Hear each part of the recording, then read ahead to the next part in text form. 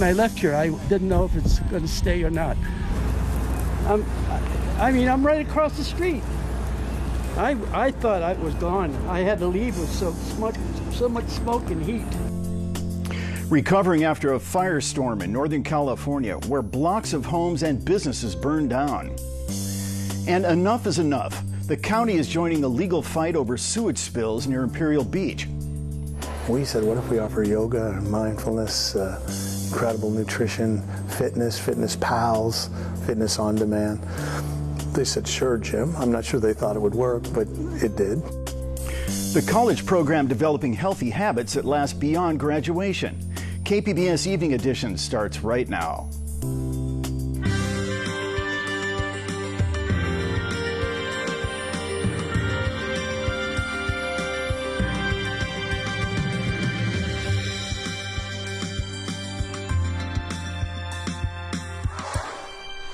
Good evening. Thanks for joining us. I'm Kenny Goldberg. At least 15 people have died and as many as 2,000 homes and businesses have been destroyed in Northern California as 17 fires continue to rage in Napa, Sonoma, and Yuba counties. Hundreds of additional firefighters headed north to join the effort today. And so far, 115,000 acres have burned. Damage to the region's wineries is still being assessed.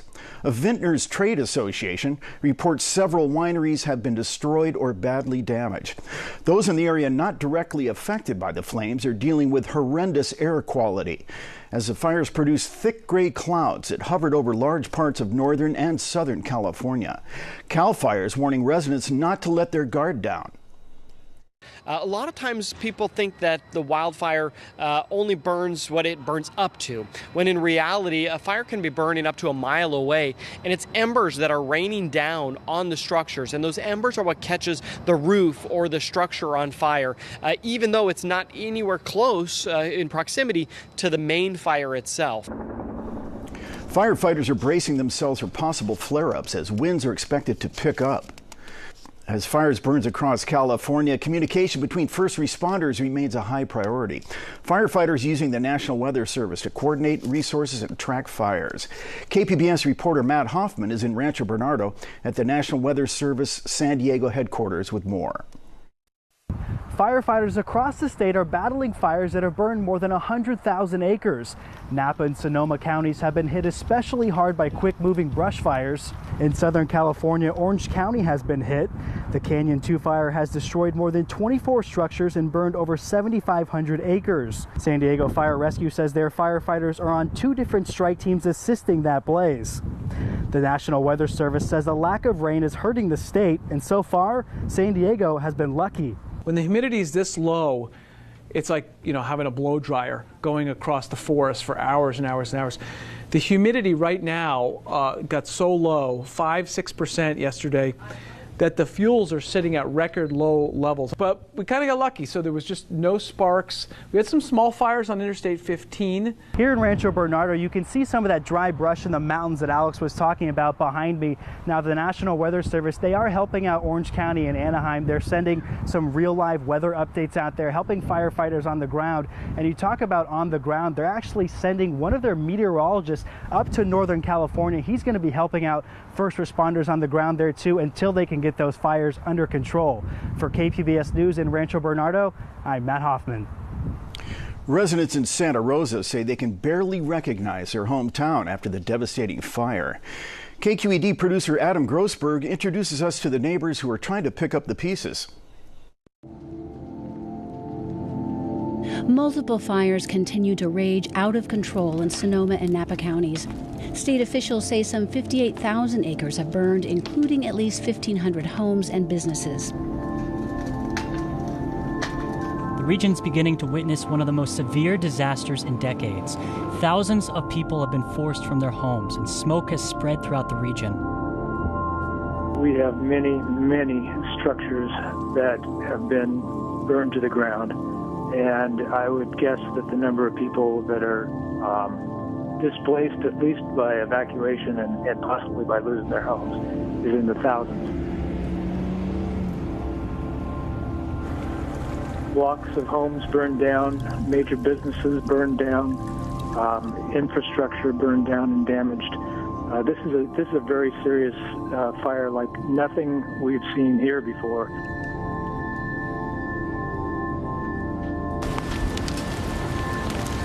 I know a few friends that have lost their home over there.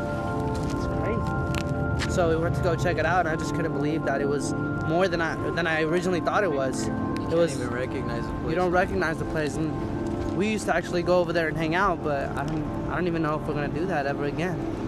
And it's just, I just hope we can all come back as a community and get together and help everybody. I don't know how we're gonna do it, but I hope we find a way soon. You always wonder what that feeling would be, you know, if you're given 15 minutes to grab the stuff you think you need. And you never hope you have to think that way, but this morning we did. And so I just hope that, we pray that the firefighters are safe, and that at the end of the day, it's just material goods that have to get replaced. This is the Cottingtown Mobile Home Park in Santa Rosa, where 12 homes burned to the ground as of yesterday. We spoke with the fire department, and they're declaring this a no-go zone, and they want everybody to go. Okay. So I need you to grab your family, maybe a couple things. Okay. And take off right away, okay? Okay. Thank you. My sister's house burned down. She's up on the hill. And yeah, her whole house is destroyed, so sad. So I saw fire starting there from embers. So I got my hose out and soaked this. Then I decided to go up on the roof, and I soaked that.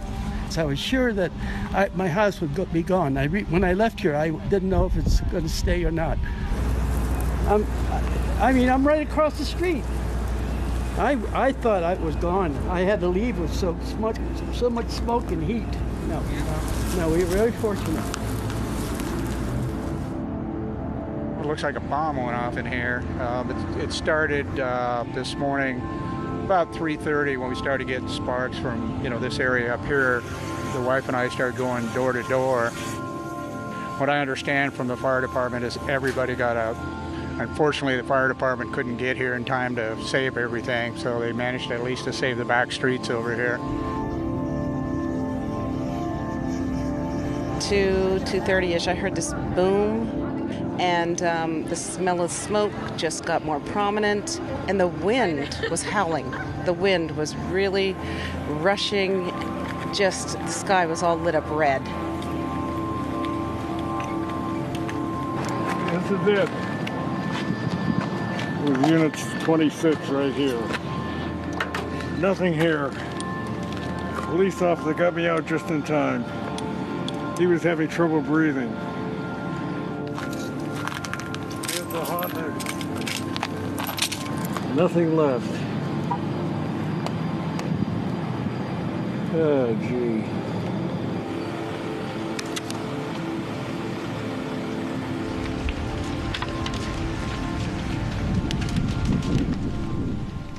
San Diego has learned how to live with wildfires in the aftermath of two massive fires that raced across the county 10 years ago. 10 people were killed, 3,000 homes burned. KPBS News wants to hear your story about those fires tomorrow at our listening post. How did it change you and your community? Tell us your story at the KPBS listening post tomorrow at the Rancho Bernardo Library. We'll be there from 3 to 5 p.m. The Los Angeles-based Metropolitan Water District has thrown its financial clout behind the plan to build two huge tunnels under the Sacramento Delta. KPBS reporter Eric Anderson says the board voted to spend more than $4 billion in support of the project. The tunnels would carry water from new intakes north of the Delta on the Sacramento River to that massive pumping station that currently exists south of the Delta. Backers say it's a way to secure water from the Delta by having options when rules protecting endangered fish restrict pumping. MWD's Jeffrey Keitlinger says the Met vote is one of many as dozens of water districts decide if they'll pay to take part. Keitlinger says once all the water customers have weighed in, project backers will have to decide if there's a strong enough financial commitment to move forward.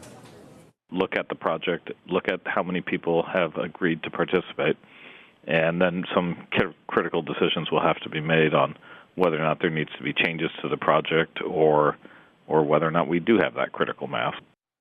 Keitlinger says state and federal officials will likely be brought into the discussions once all the votes are in. He says both governments could be sources of additional funding. Metropolitan has also hinted that they'll add more money to the project to secure additional water, but that would require another vote.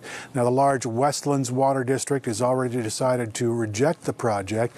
The Kern Water District, another large water customer, votes on Thursday. Eric Anderson, KPBS News. California Governor Jerry Brown has signed a bill directed at helping to restore the Tijuana River Valley. That's an area that's been frequently contaminated by sewage spills. The measure allocates $2.1 million toward the restoration and protection of the area. California Assemblyman Todd Gloria co-wrote the bill. He says the border sewage issue has lingered for far too long. Some progress has been made, but because of the growth of our respective communities on both sides of the border, this problem is back again, and it seems to be bigger and larger and more impactful than in the past. The San Diego County Board of Supervisors voted today to file a lawsuit over the frequent sewage spills. The cities of Chula Vista and Imperial Beach have also said they'll take legal action. Earlier this year, a 2-week-long spill dumped more than 143 million gallons of sewage into the Tijuana River Valley.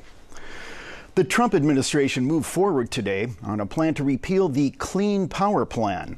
That's an Obama-era rule that restricted greenhouse gas emissions from coal-fired power plants. EPA Administrator Scott Pruitt signed a notice today to repeal the Clean Power Plan, saying it exceeded the government's authority and imposed unnecessary regulations on power producers. California is pushing back on the Trump administration's decision to repeal the plan. State environmental groups are worried about a comeback for coal-fired power plants. Unfortunately, the Trump administration is devoted to this very old, very dirty technology. And even though energy is moving in an entirely different direction towards renewables, towards much cleaner fuels, the Trump administration seems to believe that propping up, a special interest industry is the way we should go. California Attorney General Javier Becerra said this week he'll do what he can to defend the Clean Power Plan. Democratic lawmakers in the Senate have also weighed in, calling the decision short-sighted. The number of San Diegans infected with hepatitis A continues to grow. The outbreak has sickened at least 490 people. Nearly 70% of those infected have been hospitalized. 18 people have died. County health officials are in the midst of a mass vaccination campaign directed at the homeless and other people at risk. More than 68,000 people have been vaccinated against hepatitis A since the outbreak began earlier this year. Today is World Mental Health Day, and to mark the occasion, a local nonprofit is raising awareness about the behavioral health needs for refugees and touting its efforts to address them. Elizabeth Liu is a former refugee. She founded the Nile Sisters Development Initiative, which provides services to the immigrant community. She says the trauma of fleeing one country and starting over in another can leave emotional scars. Refugees are very hardworking. They want to work hard and succeed, contribute to the economy of this country. But there are a lot of challenges that refugees face when they get to this country. Liu says services do exist, but do not meet all of the cultural and linguistic needs of San Diego's large refugee population. The group has launched the Mind Collective to overcome these gaps. Information about the initiative is available at kpbs.org. San Diego County leaders want the online retail giant Amazon to consider building its newest headquarters here. The Board of Supervisors voted today to send a letter to the company expressing their interest. Amazon has announced plans to spend more than $5 billion on what's being called a second headquarters. The company says the project would generate 50,000 new high-paying jobs. Leaders in New Jersey, Georgia, and other states are also trying to entice Amazon. The company is expected to announce the location of its new headquarters sometime next year. Clear skies over San Diego today, and there's a cooling trend on the way. Erin Calandra has more in tonight's forecast.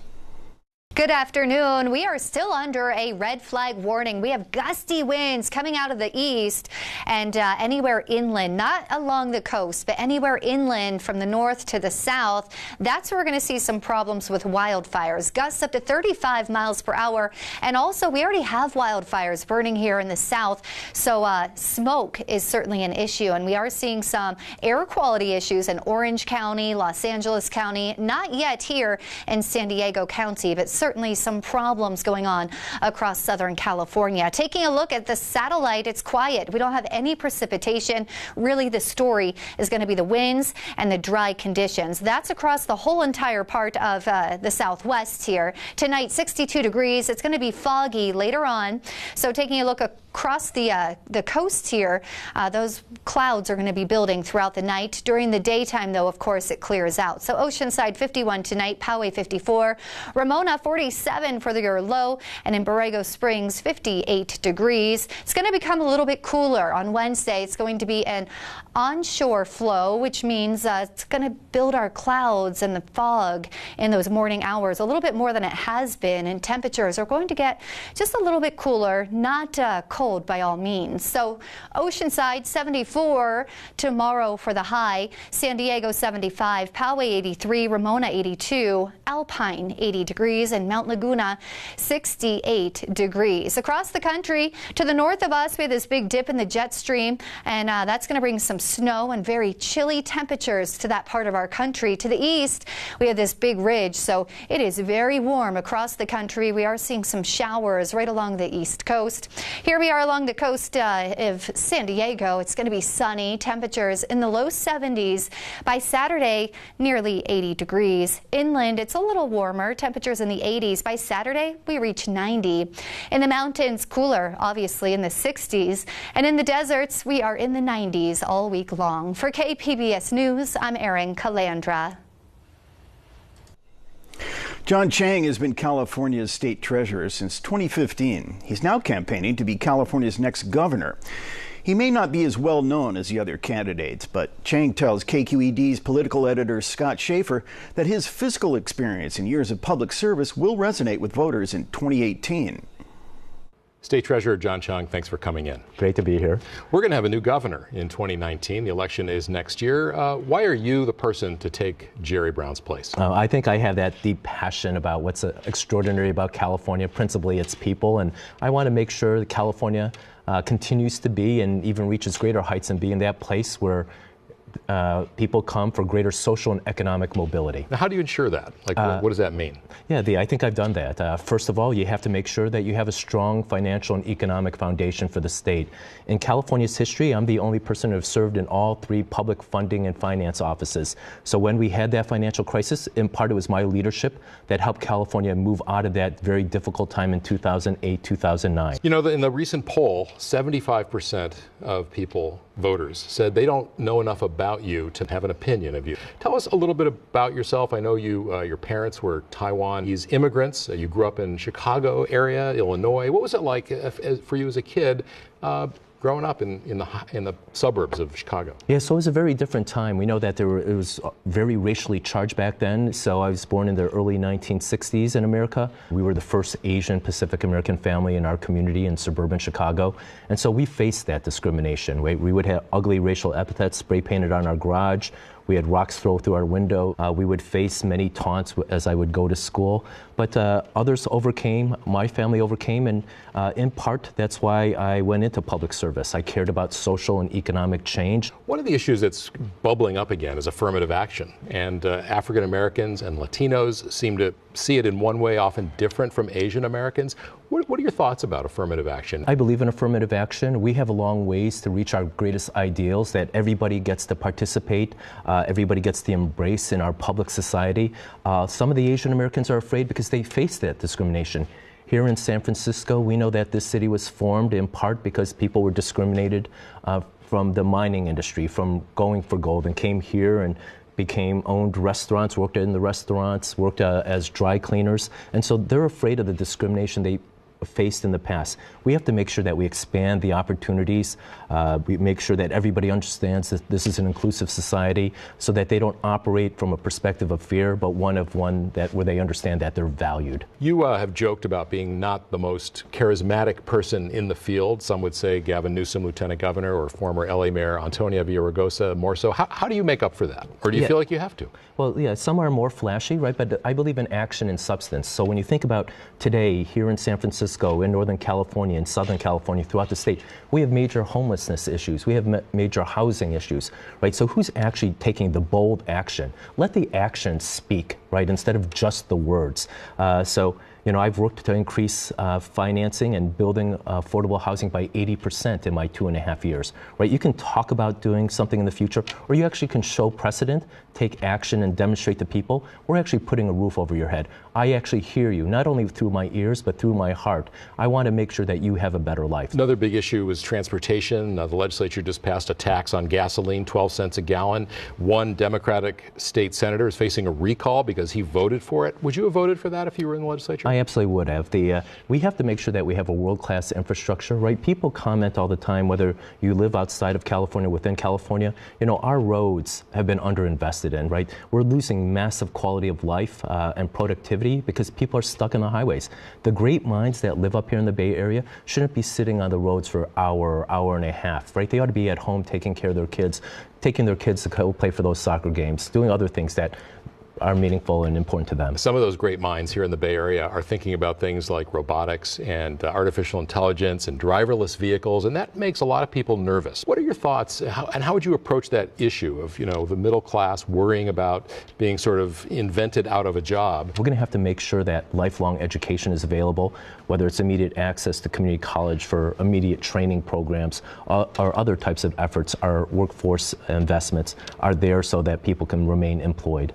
I want to ask you a few questions about some sort of hot button issues. Sure. If you can keep it to yes and no, that would be great, but if you need to go a little longer, that's fine too. Did you support Prop 64 to legalize marijuana? I did. Yeah, and I why? voted for it. You voted for it. There was obviously some major shortcomings that I'm working on today in regards to the cannabis banking, but I thought it's important that we move forward and try to address some of the criminal justice, social justice issues. Have you ever tried it? I tried it once in high school. I know that you're, on a serious note, your own family has been a victim of serious crime, and I'm wondering if you think the death penalty is ever called for? So my sister was murdered. I have personal reservations, right? But the voters chose to pass the death penalty and reinforce the death penalty. So I think we should follow the law. Okay. And then also high-speed rail. The voters also approved high-speed rail years ago, but it's become controversial. It's become expensive. It's been a priority for Governor Brown to use some funds from the cap and trade money to fund high-speed rail. Would you continue doing that as governor? I want to make sure that we continue to go forward and make sure that we put high-speed rail on a sustainable financial path. So in the near future, we're going to have to find some private sector financing. There's simply, at this point, not enough money in the general fund to pay for all of it. Would you continue using the cap and trade money? We'll continue to have that conversation. What's your inclination? What are the pros and cons? That would be part of the mix, but obviously we need more money. All right. State Treasurer John Chung, I'm sure we'll see you again as the campaign unfolds, but thanks for coming in. Thank you kindly. Health is just as important as philosophy at one New England college. In fact, meditating, exercising, and eating right have become a lifestyle at the University of Vermont. AP reporter Luke Sheridan has more on the UVM wellness environment. These students are meditating for college credit. The course, called Healthy Brains, Healthy Bodies, is part of the University of Vermont's Wellness Environment, or WEEP program. There's even a brain-shaped football that's tossed around to loosen things up. Professor Jim Hoodjack created the voluntary program, which encourages a healthy lifestyle in and out of the classroom. We said, what if we offer yoga and mindfulness, incredible nutrition, fitness pals, fitness on demand? They said, sure, Jim. I'm not sure they thought it would work, but it did. The program originally started with 120 students and has now grown to 1,200. Students stay in an alcohol and drug-free dorm. Any violators get kicked out of the residence. If we teach and practice these health-promoting activities, when things get tough, you'll rely on a whole new set of skills. It's called incentivized-based behavioral change. We incentivize you pay you essentially to engage in positive behavioral change. Those incentives include a free gym membership, nutrition and fitness coaches, and an app that tracks their activities. Definitely my favorite is the fitness. You have a gym right downstairs and it's paid for you as long as you go up the 40 times. And definitely the nutrition, because it's definitely healthier options than other dining halls. Today's menu included vegetable stir-fry and lemon-infused water. Officials say student retention rates are much higher among participants in the program.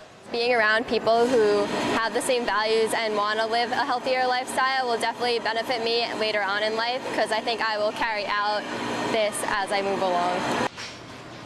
Healthy habits to last beyond graduation. Luke Sheridan, The Associated Press. You can find tonight's stories on our website, kpbs.org/evening edition.